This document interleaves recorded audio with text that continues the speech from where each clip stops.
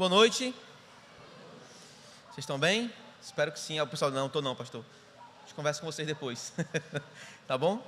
Mas pelo menos como um momento de adoração, acredito que Deus já deve ter nos ensinado alguma coisa, porque todo momento em que nós sacrificamos louvor, Deus nos ensina por meio de sua palavra. Tá bom? Então você pode abrir a sua Bíblia em Filipenses, capítulo de número 1, versículo de número 27. Se você não percebeu ainda, nós estamos fazendo a leitura da Epístola aos Filipenses juntos, nos momentos de leitura bíblica. Na medida em que vamos expor cada trecho, nós vamos lendo cada trecho juntos, assim chegamos ao final, tendo lido toda a epístola. Olha para mim, seguinte, esse trecho está exatamente no momento de virada dessa carta. A carta de Paulo aos Filipenses tem um momento de virada, e esse momento de virada é esse trecho aqui. Pensa em uma porta, que você sai da rua e vai para a sala, ou sai da sala e vai para o quarto a partir dela. Esse trecho é essa porta. É onde Paulo vai ligar todos os assuntos que ele tratou antes, no primeiro capítulo, e todos os assuntos em que ele vai começar a tratar a partir de agora. Então nós vamos perceber que existem muitas ligações nesse trecho, com aquilo que ele falou antes, com a vida dos filipenses, com a vida dele, com a luta pelo evangelho, porque esse trecho vai preparar a igreja para que ela entenda a necessidade de viver de maneira unida. Nesse ponto, o que Paulo vai tratar é a necessidade de uma luta, de um combate, de um embate pela fé. O desejo de Paulo é que essa igreja entenda a necessidade de, dentro das suas circunstâncias, lutar pela fé. Juntos, unidos. E a partir desse ponto, ele vai nos exortar à unidade, vai nos exortar a uma série de coisas a partir do capítulo de número 2. Então, nós vamos ler o trecho, eu vou fazer algumas indicações sobre o trecho e a gente segue o sermão até o momento das aplicações. Vamos lá. Versículo de número 27. Acima de tudo, vivam de modo digno do evangelho de Cristo, para que, ou indo até aí para vê-los, ou estando ausente, eu ouça a respeito de vocês, que estão firmes em um só espírito, como uma só alma, lutando juntos pela fé do evangelho, e que em nada se sentem intimidados pelos adversários, pois o que para eles é prova evidente de perdição, para vocês é sinal de salvação, e isto da parte de Deus. Porque vocês receberam a graça de sofrer por Cristo e não somente de crer nele, pois vocês têm o mesmo combate que viram em mim e que agora estão ouvindo que continuo a ter. Qual é a síntese para esse trecho aqui? Se você lembrar apenas de uma frase, lembre dessa frase: as circunstâncias da fé são vividas segundo a dignidade da fé, ou de maneira adequada à fé. Independentemente das circunstâncias, nós devemos viver de maneira adequada à fé que nós temos. É essa a síntese do nosso trecho. As circunstâncias da fé devem ser vividas à luz das verdades da fé, ou de maneira adequada à fé, segundo a dignidade da fé. Nós vamos perceber que isso são termos semelhantes aqui no texto. Amém? Como é que eu vou separar esse texto aqui? No versículo 27, nós vamos olhar para a exortação à dignidade. Paulo faz uma exortação para que a igreja viva dignamente. Esse é o meu primeiro ponto. No versículo de número 28, nós vamos ter a exposição dos adversários. Paulo vai expor os adversários e vai expor o destino dos adversários, assim como também o destino da própria igreja, daqueles que creem. E por fim, Paulo vai dar explicações sobre o sofrimento. Paulo vai explicar os motivos teológicos pelos quais uma igreja fiel pode sofrer. Então nós temos a exortação, versículo 27, a exposição, versículo 28, e do 29 ao 30, nós temos a explicação, aí em termos teológicos quanto ao sofrimento. Amém?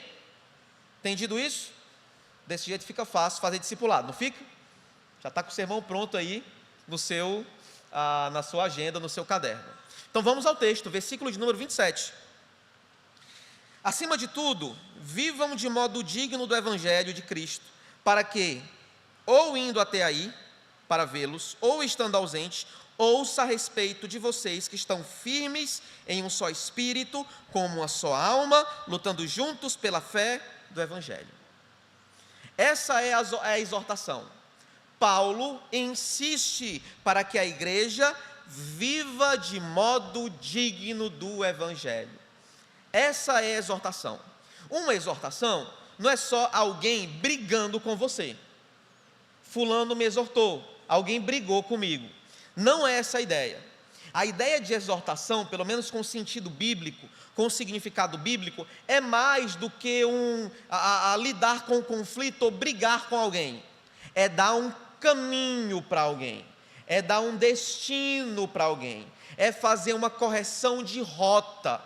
Então, quando eu digo que eu vou exortar você, e a única coisa que eu faço é brigar com você, eu não exortei você, eu só briguei com você, porque a exortação dá um destino para a vida, dá uma orientação para a gente, e o ponto de Paulo é exatamente a exortação. Ele quer dar um caminho para a igreja. E qual é o caminho para a igreja? Que eles vivam a vida deles segundo a dignidade do Evangelho de Cristo. A palavra viver de modo digno aqui, viver, certo? A ideia parece ser que alguém é encontrado vivendo ou levando a sua vida ou se comportando de maneira adequada, segundo as leis de uma certa cidade. A ideia é que você seja um cidadão adequado, um cidadão modelo. O que Paulo está dizendo é: sejam ou comportem-se como cidadãos. Agora, qual é a grande questão? É que no sentido antigo da ideia de cidadão, essa palavra leva a entender uma coisa muito maior do que a gente entende por cidadão. O que a gente entende por cidadão? Sou morador de Fortaleza, logo sou cidadão de Fortaleza. Ou eu não cometi nenhum crime, logo eu sou cidadão, senhor. Eu sou cidadão, senhor. Você já deve ter falado isso, espero que não, no baculejo. Não estou falando de mim próprio, está claro que eu estou falando de outra pessoa que também passou por um baculejo, que tem a mesma idade que eu. Mas eu sou cidadão, senhor, é assim que a gente fala, ou falava, espero. Mas o ponto é exatamente esse. A ideia não é simplesmente que alguém é residente daquela cidade, mas que alguém vive de maneira adequada, segundo as leis daquela cidade. Então o ponto de Paulo é nos lembrar, que existe um tipo de vida para se viver, que existe uma maneira adequada e digna para se viver. Agora, que maneira adequada é essa? É viver segundo as leis daquela cidade? É obedecer às leis da cidade de Filipos, que era ali uma colônia, na verdade era uma cidade onde as pessoas, os cidadãos já tinham recebido o título de romanos, por exemplo? Era viver como cidadão de Roma? Para Paulo não. A exortação não é que eles vivam simplesmente como cidadãos de Roma, como cidadãos de Filipos. A exortação é que eles vivam de maneira digna do Evangelho. Então o que Paulo está dizendo é que a lei superior da cidade que eles devem obedecer, ou na qual eles devem absorver para viver, não é as leis da cidade de Roma. O que ele diz é que as leis vêm do Evangelho. Paulo está tratando um tema que a gente chama de dupla cidadania. Ele está dizendo: vocês são de Roma, vocês são de Filipos, vocês são cidadãos de Roma, sim, claro, mas o meu ponto é que vocês devem viver como cidadãos do céu, porque a pátria de vocês não é aqui. Ainda que vocês sejam cidadãos romanos, ainda que vocês tenham leis, entre mesmo na cidade de Filipos, e compartilhe dessas leis como cidadãos modelos de Filipos, ainda assim, o que vocês devem fazer é levar a vida de vocês a partir do Evangelho de Cristo, daquilo que comunica Jesus, da sua pessoa, da sua obra, dessa mensagem que tem conteúdo. Então a ideia não é só do Evangelho de Jesus, como de qualquer evangelho, é do Evangelho que tem Jesus, que fala de Jesus, que aborda Jesus ou que expõe Jesus. Então não é qualquer evangelho, é o Evangelho de Cristo. Paulo então está dizendo que há uma pátria muito mais importante que a nossa pátria, que há uma cidade, há um lugar, há uma residência, há uma nacionalidade muito mais importante do que ser brasileiro, do que ser norte-americano, do que ser mexicano, do que ser colombiano. Existe uma pátria que guia a nossa forma de viver, os nossos comportamentos, a maneira como a gente se dispõe à vida. E essa pátria é os céus. E a gente aprende a viver olhando para o Evangelho de Cristo. A exortação é essa: que a vida de vocês sejam vividas baseado nas leis da cidade celestial, nas leis do Evangelho. Paulo exorta a igreja a viver dessa maneira, porque ele tem uma coisa em mente. Que coisa é essa? Versículo 27, parte B, ele diz: acima de tudo, vivam de modo digno do Evangelho de Cristo, para que, ou indo até aí para vê-los, ou estando ausente, eu ouça a respeito de vocês alguma coisa. O que Paulo quer é ter boas notícias. Paulo diz: quer eu vá aí para vê-los, quer eu volte, quer alguém venha aqui para me contar a testemunho, me dar testemunho de vocês, eu quero ouvir uma coisa, eu quero ter notícias específicas. Porque, mais uma vez, no sermão passado, a gente lembra que Paulo estava meio dividido, ele não sabia se ia viver ou se ia morrer. Logo, ele não sabe se vai ter notícia de alguém, porque continua preso, então alguém vai lá para falar como estão os filipenses, ou ele mesmo vai conseguir ir para visitá-los. Então, independentemente do que aconteça, ele quer ter boas notícias. Que boas notícias são essas?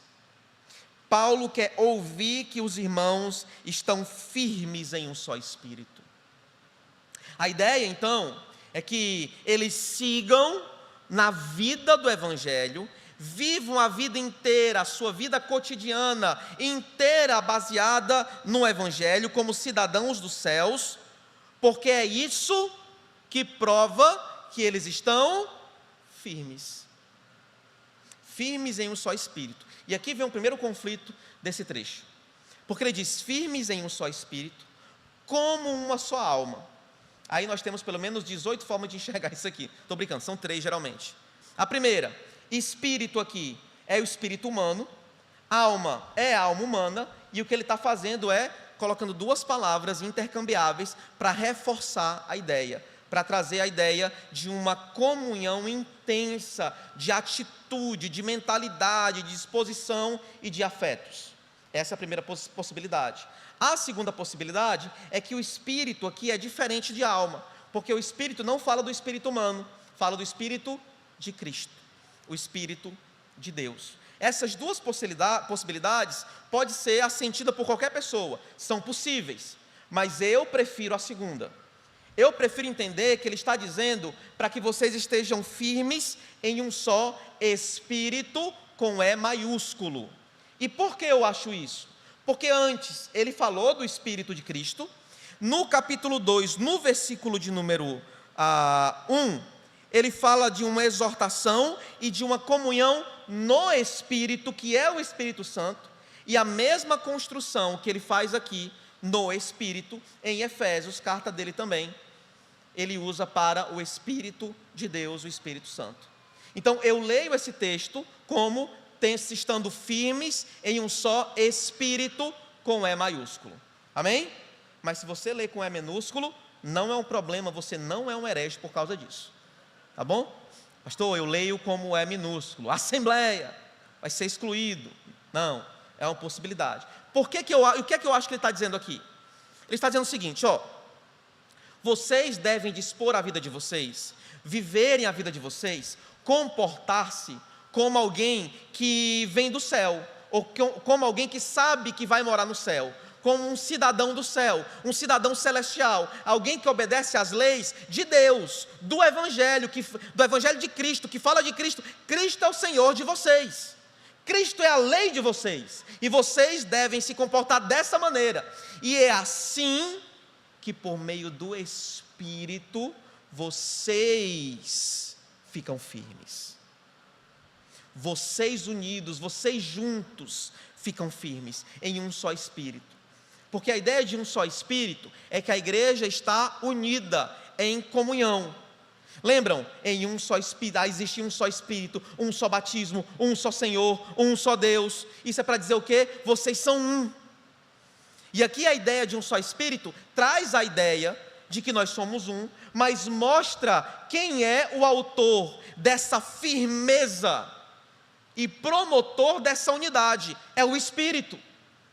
A nossa vida no Evangelho, a forma com que nós vivemos a palavra de Deus, a forma como a lei de Cristo governa a nossa vida, mostra, prova se estamos firmes ou não. E isso é concedido de maneira miraculosa pelo Espírito. É o Espírito que faz isso com a gente. É o Espírito que age na nossa vida. Então ele diz: firmes em um só Espírito, como uma só alma, unidos.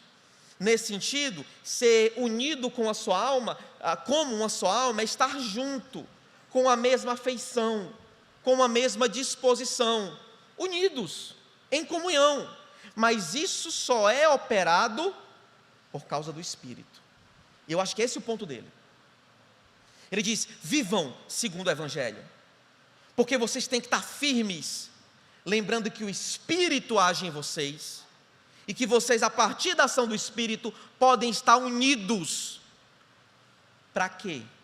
Segue o texto: lutando juntos pela fé do Evangelho. Então qual é o ponto de Paulo?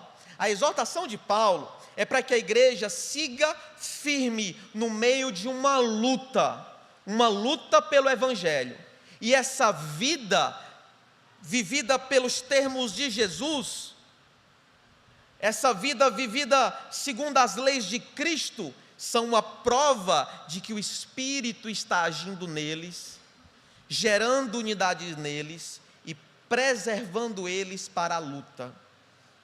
Nesse sentido, a luta pela fé do Evangelho é uma luta no poder do Espírito, na comunhão do corpo. Entenderam? Então o que Paulo está fazendo é exortando a manutenção da fé e ao mesmo tempo exortando a unidade, porque ninguém luta pela fé sozinho. Sabe quando você está nos fóruns de debate? Eu sei porque eu fiz muito isso. Eu disse para vocês já que quando eu me converti, no outro dia eu me achava o maior apologeta que já pisou na face da terra. Então eu fazia um curso de mecânica e eu briguei com todo mundo lá, briguei com o professor, briguei com o aluno, briguei com o coordenador, eu briguei com o católico, briguei com o evangélico, briguei com o batista, briguei com o assembleano, eu briguei com o espírita, eu briguei com todo mundo, gente, com argumentos fantásticos, que hoje eu me envergonho de todos eles, porque eu era o maior apologeta, e o meu sentimento é que ninguém estava lutando a minha luta. É claro que não estava, porque não era para lutar. A luta pela fé não se luta sozinho, criatura, num fórum. Você escrevendo mensagem no Twitter, você não vai mudar a realidade do evangelicalismo no Brasil. Você só vai ser mais um tonto dentro do movimento de massa. Porque ninguém luta sozinho. A fé do Evangelho, a luta pela fé, só é impactante e frutífera quando é pelo Espírito e em comunhão. Ou seja, ninguém luta só. Está entendendo isso? E isso é reflexo de uma vida vivida pelas leis de Jesus. Eu entendo que é esse o ponto de Paulo. A exortação é para que eles vivam unidos em comunhão, vivendo e se comportando segundo as leis de Cristo, lutando pela fé do Evangelho. E aqui é legal, porque a ideia de fé do Evangelho não é só uma crença, uma mensagem qualquer. Imagina um copo, certo? E eu coloco vazio, e eu coloco um líquido azul dentro desse copo. Nós temos o copo e depois um copo com líquido azul. É assim que a gente chama o copo d'água, por exemplo. O que é um copo d'água? É um copo cheio de água. Não é assim? Então, quando eu lhe peço um copo d'água, eu não estou interessado em pegar o copo. Eu estou interessado em beber a água. A fé do Evangelho nos aponta não para o copo, o Evangelho, palavra, mas para o conteúdo dele. O que é que há nessa mensagem? Quais são as coisas que são importantes nessa mensagem? Que temas são esses que estão dentro desse copo? São esses? Lute por isso. Entendeu o ponto? Então não é lutar por qualquer coisa. Não é lutar por usos e costumes. É lutar pela fé que está contida no Evangelho.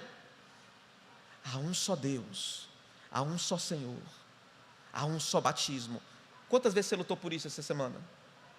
Mas por uso e costume deve ter lutado demais, né? Não é assim? Já deve ter brigado com 4 pessoas no Twitter, mandado 2 mensagens e ter dado 4 indiretas no Instagram. A gente luta por qualquer coisa, mas o foco de Paulo é para que a gente lute pelo conteúdo do Evangelho, pelas verdades do Evangelho, por aquilo que ele contempla. Amém? Então a exortação é: vivam pela fé, vivam por esses termos, levem a vida de vocês baseando-se na lei de Cristo e lutem por essas coisas, mas não lutem por qualquer maneira, mas no poder do Espírito e como um. Amém ou não amém? Aí a partir de agora, Paulo vai ligar o tema de viver segundo o Evangelho com o tema de sofrer pelo Evangelho por Jesus. E ele vai ligar essas coisas mostrando para a gente os nossos adversários, ou os adversários dos filipenses. No versículo de número 28, ele vai expor os adversários. Ele diz: e que em nada se sentem intimidados pelos adversários, pois o que para eles é prova evidente de petição, para vocês é sinal de salvação, e isso da parte de Deus. Então, o que é que Paulo quer ouvir? Quer ouvir que eles estão firmes, quer ouvir que eles estão lutando pelo Evangelho. Mas o interesse deles é que essa vida, segundo os termos de Cristo, não seja abalada pelos adversários. O interesse de Paulo é ter certeza de que essa firmeza deles é firmeza também diante dos adversários. E esse é um ponto-chave. A nossa fé não é provada quando o nosso salário aumenta, mas quando a gente perde o emprego, criatura. Não é não? Quando o teu salário aumenta, tu dá glória a Deus, não dá? Dá glória a Deus. Quando tu recebe uma proposta de emprego irrecusável, sei lá, você vai ganhar em euro. Eu sei que tem gente aqui que vai ter a mesma imagem que eu, mas já pensou ganhar em euro para trabalhar em uma ilha paradisíaca, com tudo pago, apenas para observar os pássaros? Vontade de ser biólogo. Fantástico isso. Isso ia provar a tua fé? Geralmente não prova, mas tu perde essa oportunidade, com certeza. Mas Deus, por que tu fez isso? Quando nós perdemos algo, quando as coisas estão ruins, quando adversários se levantam, aí a nossa fé geralmente é abalada. Quando circunstâncias difíceis existem ou chegam para serem superadas, a nossa fé é abalada. A nossa fé geralmente é abalada por crises, problemas, circunstâncias ruins, adversários. Porque é muito fácil lidar com as coisas boas que acontecem, na maioria das vezes. Eu entendo, aí é que eu vou falar para os psicólogos de plantão, eu entendo que existe ansiedade por aquisição também. Tá? Mas geralmente, a gente prefere ansiedade por aquisição do que por perda.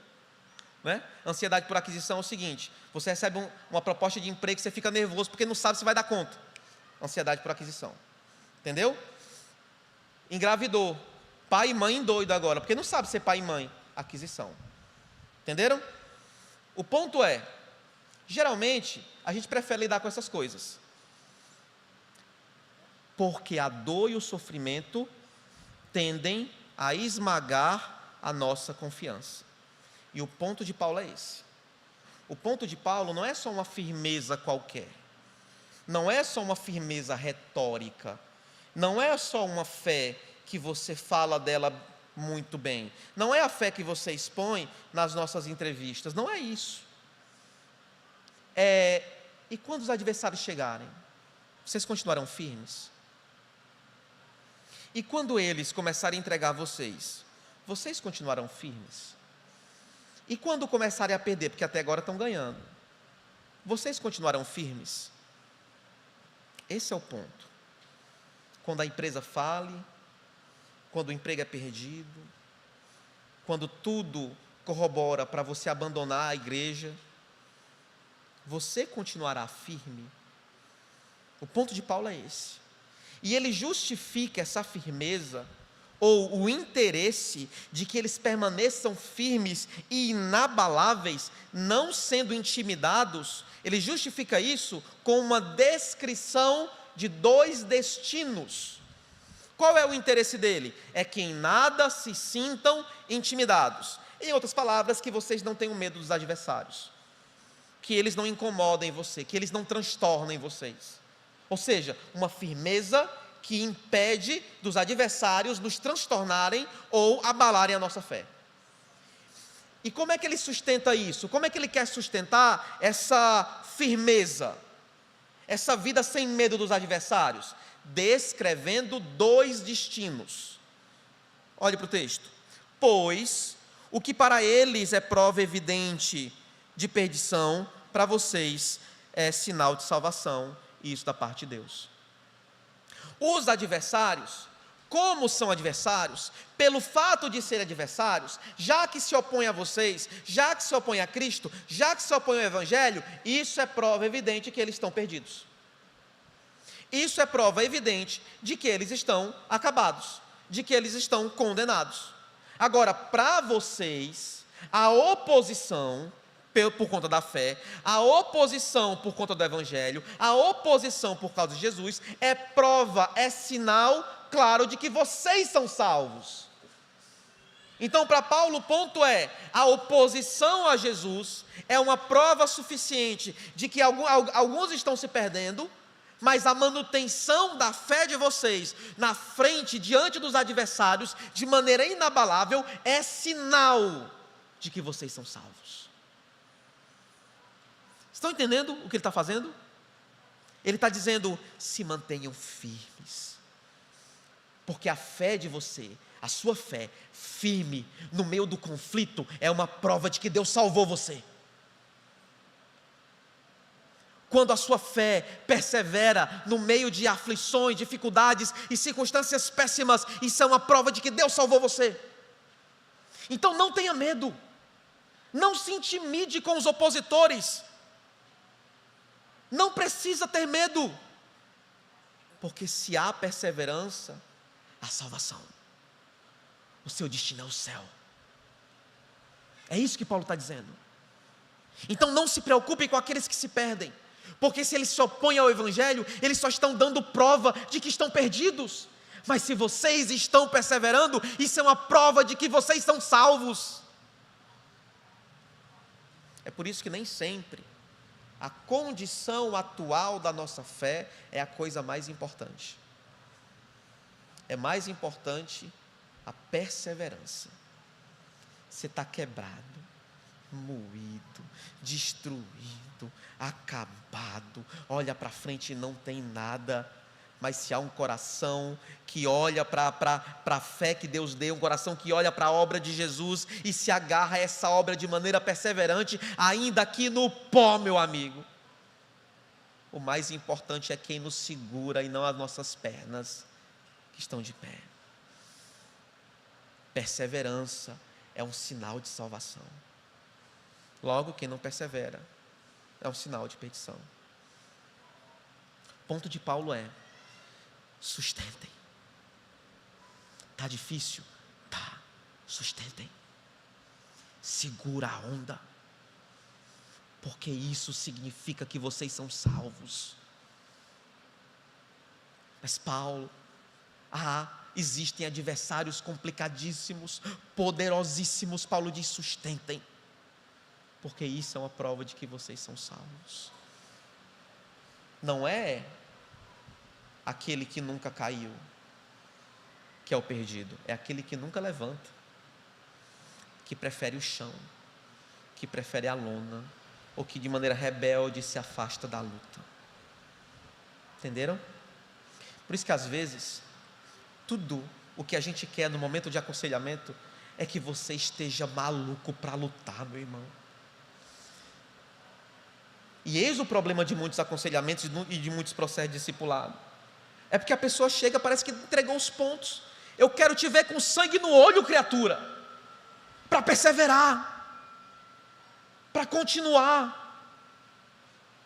Mas pastor, eu caí, e daí, meu irmão? Olha para o futuro. Se há perseverança, há salvação. Se há perseverança, há esperança.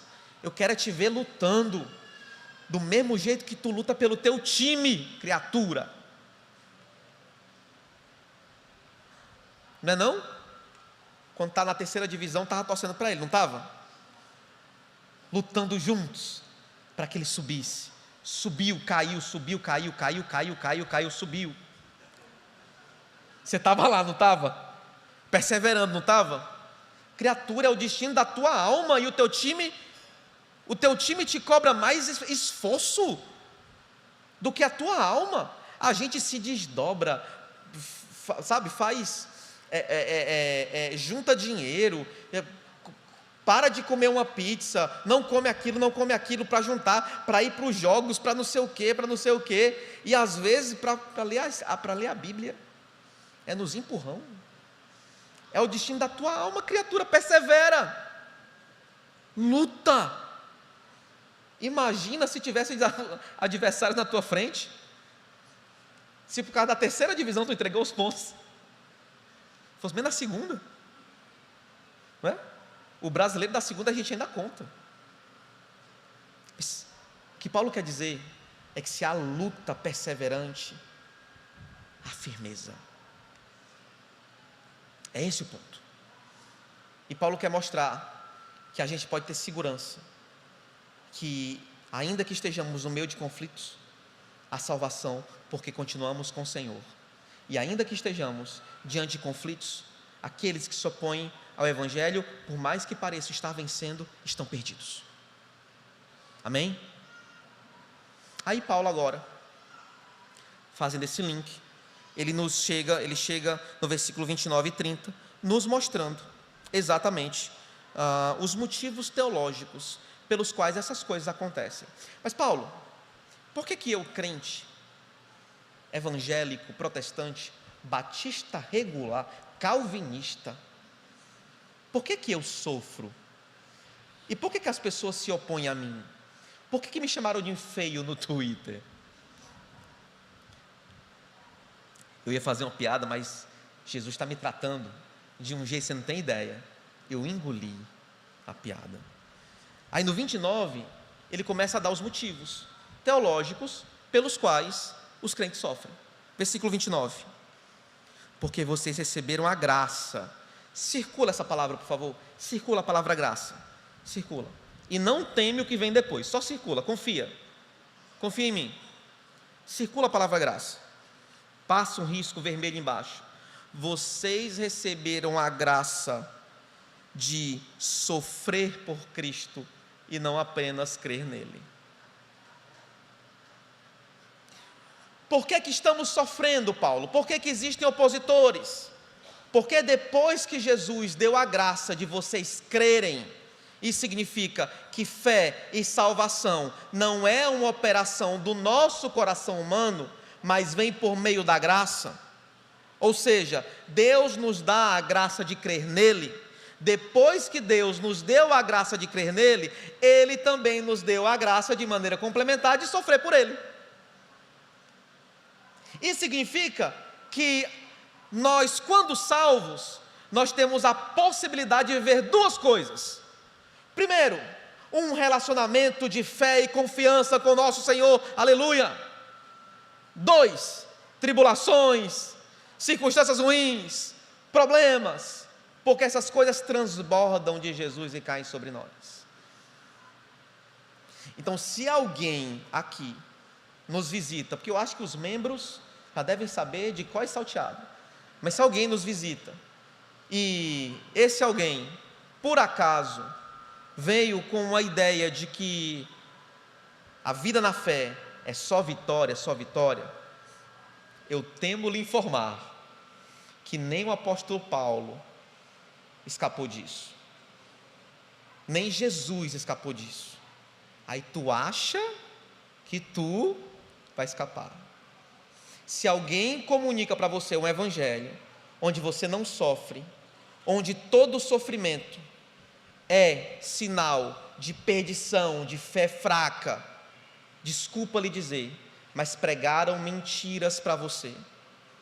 O que o texto nos diz é que junto com a fé que Deus nos dá, Deus também nos dá tribulações. Deus também nos dá, na verdade, melhor que isso, a oportunidade de sofrer. Já viu isso? Já pensou nisso? Deus nos dá a possibilidade, a oportunidade, a graça, o presente de sofrer por Ele.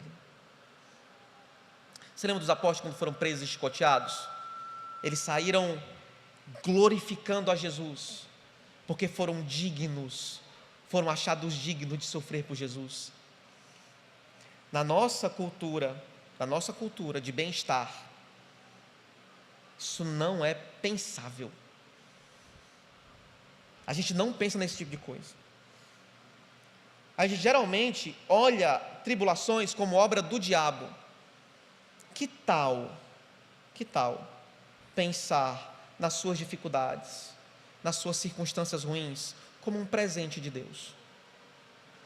Deus está te dando um presente. O que é que você espera? Um carro. Tribulação. Promoção. Corte no salário. Sem hora extra. Mas por que isso afinal? Porque a perseverança é sinal de salvação. Porque nós devemos viver uma vida pela lei do Evangelho e não pelas leis da nossa cultura. A maneira como nós encaramos essas circunstâncias já é muito significativa e denuncia muito a nossa fé, ou falta dela. Então o que Paulo está dizendo é que há sim um conteúdo de sofrimento proposto, entregue pelo próprio Deus para aqueles que creem. E a perseguição, a oposição é parte disso. Entenderam? Pensem em contextos missionários, onde pessoas estão sendo perseguidas pela fé. Deus mudou o coração deles, mas também lhes deu a graça de sofrer por Ele. Jesus sofreu por eles, e agora eles têm o privilégio de sofrer por Jesus. No psicodrama, a gente chama isso de inversão de papéis. Toda vez que o Jacob Levi Moreno fala de inversão de papel, é eu trocar de papel com você. Então eu faço o seu papel, eu cumpro as suas definições, eu cumpro os seus interesses. Toda vez que Moreno fala de uma inversão de papéis, ele diz que isso é amor. Então me permita aplicar isso. Quando eu sabendo que Jesus sofreu por mim, e eu troco de papel com Ele, sofrendo por Ele, isso é amor. Está entendendo? A gente não pode ter uma fé só de bonança, meus irmãos. E esse é o interesse de Paulo aqui. Mostrar que a nossa fé não pode ser levada apenas na bonança, mas também no meio da perseguição, diante dos adversários. Então há um motivo teológico sim pelo qual sofremos, porque esse é o nosso dom. Fomos chamados e recebemos a graça de sofrer por Cristo. Sofrer por Cristo, tá? E não por sua causa. Imagina só, você sobe as escadas, chuta a porta do escritório do seu patrão, olha para ele e diz: ou me dá um aumento, ou eu te jogo para baixo na porrada. Aí ele diz: não. Aí você faz uma oração imprecatória. Você vai ser demitido por causa de Jesus? Ou por causa do seu comportamento? Seu comportamento, né? Esse é o ponto. Nem todo sofrimento no qual você está significa que foi você está vivendo esse sofrimento por causa de Jesus. Às vezes só porque você é bobão. Está entendendo? Às vezes você só é péssimo em todas as escolhas que você quer fazer e você continua achando que sabe fazer escolhas sozinho. Aí você escolhe errado, escolhe errado, escolhe errado, escolhe errado. Ai, Jesus, teu servo sofre. Não tem nada a ver com isso não, filho. Guarde isso para os sofrimentos por causa de Jesus. Mas aí você se dói por qualquer coisa. Eu já estava nas aplicações, já estou. Você se dói por qualquer coisa e diz que é porque teu servo, servo do Senhor, sofre demais. Isso não é porque você é servo não, filho. É porque você é doído demais. É porque você é brigão, arruma briga com todo mundo. Lógico que vai ter briga para o seu lado. O ponto de Paulo é que diante de uma vida adequada ao Evangelho, existe uma oposição à igreja, e diante dessa oposição à igreja, eles deveriam estar cientes de que é necessário sofrer por Jesus e perseverar, porque o final deles é salvação. Entenderam? Amém? As cabecinhas assim, eu gosto de perceber isso. Entenderam, né? Mas ele também dá um motivo pessoal pelos sofrimentos. Ele diz: pois vocês têm o mesmo combate que viram em mim e agora estão ouvindo que continuo a ter. O que Paulo está querendo dizer com isso? Você lembra lá do começo da carta? Dizendo que os filipenses ajudaram, cooperaram com ele nas suas cadeias, no seu combate, na sua luta, na sua defesa. Pronto. Paulo diz: eu fui preso, eu estou sofrendo por causa do Evangelho, e agora vocês ouvindo que eu estou sofrendo, vocês também estão sofrendo.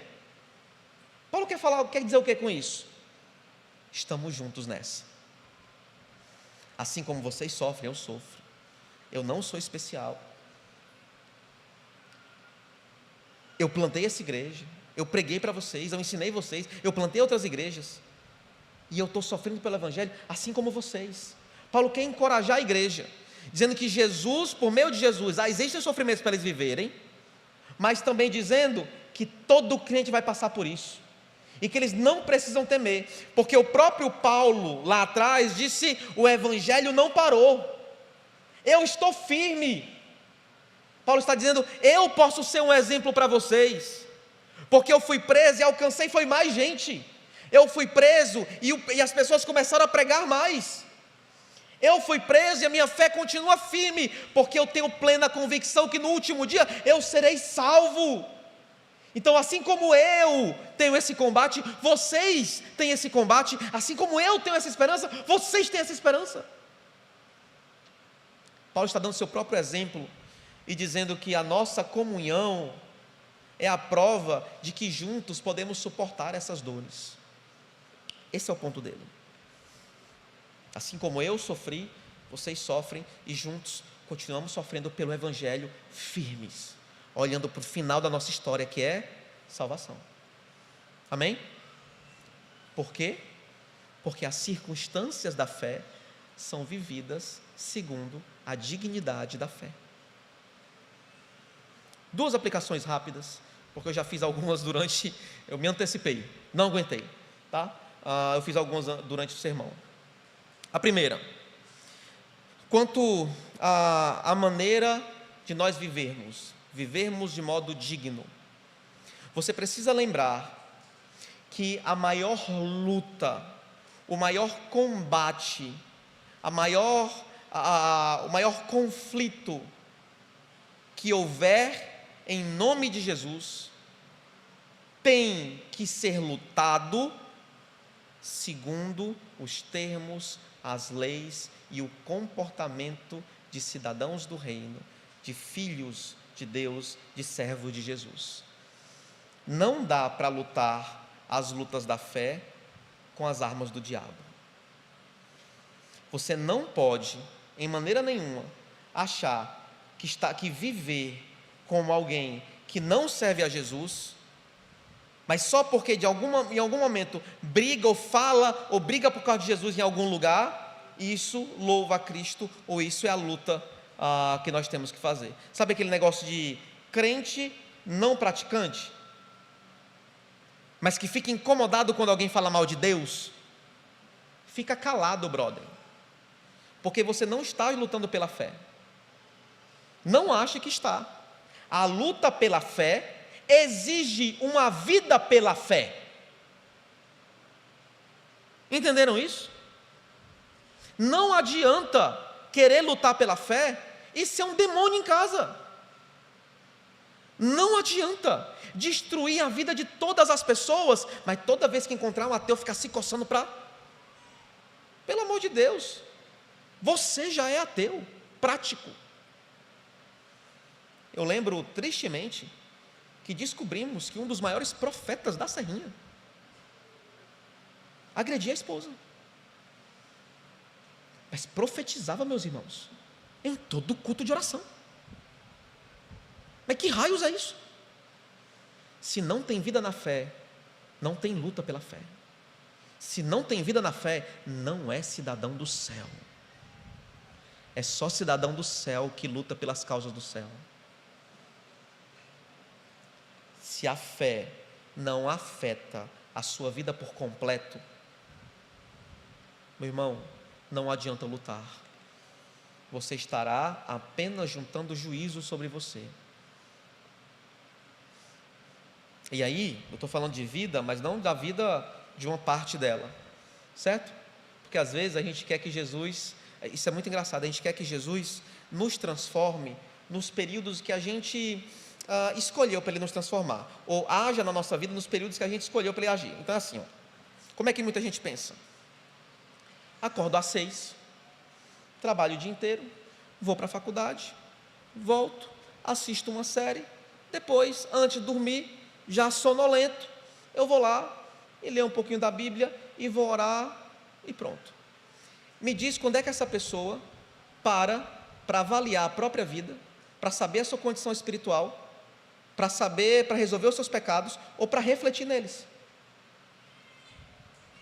Não para, porque Deus só pode falar com esse indivíduo no horário que ele escolheu.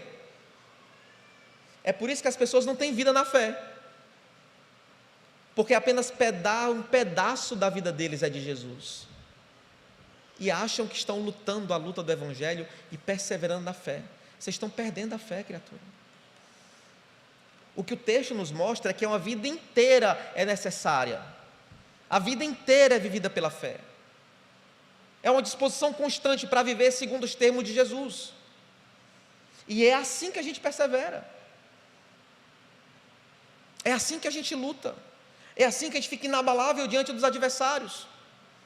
Então, alguém que sempre está em conflito, sempre está cheio de problemas, sempre, eu fico me perguntando o que é que essa pessoa está fazendo da fé dela.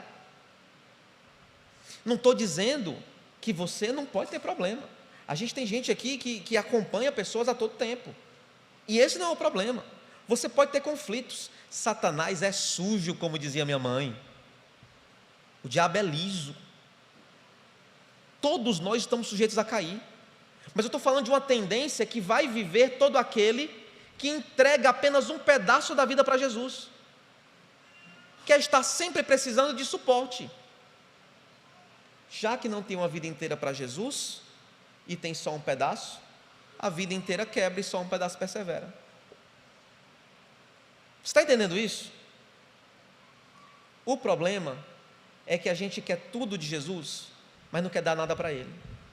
Jesus nos exige a vida inteira, e essa é a única forma de perseverarmos até o fim. Enquanto Jesus não tiver tudo de você, você não persevera na fé. Entenda isso. Você sempre estará vivendo abaixo daquilo que Jesus nos chamou para viver. Amém? Segundo, para encerrar, lembrem de ter discernimento para saber o que é a causa de Jesus e o que é só um incômodo seu. Aí eu vou falar de um assunto que eu e minha esposa debatemos muito lá em casa, que é um assunto curioso, né? Minha esposa é médica, eu formado em psicologia, não sou psicólogo, sou bacharel em psicologia, para depois se arrepender, não bater aqui, ó, psicólogo, não sou psicólogo, sou formado, sou bacharel em psicologia. A gente debateu muito, conversou muito sobre isso, até chegar a um consenso, mas que é o caso daquela luta de boxe nas Olimpíadas. Você lembra? Duas mulheres lutando, aí veio a ideia de que na verdade era um homem trans. Você viu o movimento evangélico questionando isso, brigando por isso, batendo nisso, postando isso, aí começa meme, aí começa piada, com a aparência da pessoa, aí começa não sei o quê. Me diga se isso é lutar pelo evangelho, meu Deus. Fala a verdade. Fazer um meme, independente se é homem ou mulher, fazer um meme humilhando pela aparência da pessoa é algo cristão para você? Meu amigo, isso não é lutar pelo evangelho, não. Isso é só porque você não gosta de alguma coisa e está colocando Jesus na conta. Se você fosse preocupado com o evangelho, você teria saído do Twitter e fazer seu devocional, mas está uma semana inteira sem fazer, não é não? É por isso que essas coisas te pegam tanto. Não está lendo a Bíblia, só pode ler o Twitter, né? Então, cuidado para que você não esteja engolindo bobagem, engolindo generalidades só para esconder o vazio que há dentro de você. Cuidado, porque o seu interesse enorme por coisas alheias e a maneira como você coloca tudo na conta de uma luta por Jesus e pelo Evangelho, pode só esconder que você nem sabe o que o Evangelho é. O que tem a ver com isso, com um só Deus? Com um só Espírito, um só batismo? Com a sua comunhão? Com a sua perseverança? Está perseverando menos? Mas pastor, é política, isso tem a ver. Tem até, mas de maneira secundária e quem sabe terceiro. Eu nunca te vi discipulando ninguém, mas está falando sobre política todo o tempo. Mas raios, o que é isso? Sou eu que sou velho demais? 34 anos? Não estou entendendo o mundo mais? Cuidado, para que você não trate tudo como se fosse uma luta pela fé. Tudo uma luta por Jesus. Aprenda a discernir quando a sua briga é por causa de Jesus, quando o seu conflito é por causa de Jesus, ou é só por causa de você, para que você não coloque Jesus no meio de uma coisa que Ele nem quer que você se meta. Não posso mais não, pastor, não estou dizendo isso não. Eu estou dizendo, analise-se, pois, o homem e a mulher a si mesmo. Amém? Vamos orar. Deus, obrigado pela Tua palavra, que o Senhor nos ajude, em nome de Jesus, a aplicá-la aos nossos corações. Que a gente aprenda a discernir as lutas que são nossas como igreja, e aquilo que é apenas uma questão pessoal, que a gente aprenda a ter discernimento para isso, que a gente entenda que a maior e a melhor forma de engajamento cultural e político que o Senhor nos deixou é uma vida santa, que uma vida santa, uma vida digna pelos termos do Evangelho e da fé, é a maneira a qual o Senhor nos deixou, e com a qual nós podemos mudar cidades, países, para que o nosso compromisso seja primeiro contigo e não com ideologias nenhuma. Que o Senhor nos salve, mas sobretudo, que o Senhor nos ajude a viver uma vida digna do Evangelho de Cristo. Que o Senhor nos ajude a manter a nossa vida firme pelo poder do Espírito, lutando junto, em comunhão pela fé do Evangelho, guardando e perseverando, mesmo diante dos adversários, entendendo que o fim deles é a perdição, mas o nosso fim é salvação, porque afinal, o Senhor nos deu a fé, e o Senhor nos deu a graça de sofrer pelo Senhor também, e nos ajuda a aprender com homens que sofreram por Ti apenas, para que a nossa vida possa imitar pessoas que são melhores que nós. É a nossa oração, em nome de Jesus, amém.